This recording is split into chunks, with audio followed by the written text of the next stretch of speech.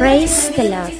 கிறிஸ்துவில் பிரியமானவர்களே, தந்தையாம் கடவுளிடமிருந்தும் நம் ஆண்டவராம் கிறிஸ்து இயேசுவிடமிருந்தும் அருளும் அமைதியும் இரக்கமும் உரித்தாக்குகிறேன்.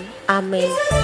பிரியமானவர்களே, இன்றைக்கான இறைவார்த்தை உணவு 2 தீமோத்தேயு 2:11-12-13. நாம் அவரோடு இறந்தால் அவரோடு வாழ்வோம், அவரோடு நிலைத்திருந்தால் அவரோடு ஆட்சி செய்வோம். நாம் அவரை மறுதலித்தால் அவர் நம்மை மறுதலிப்பார்.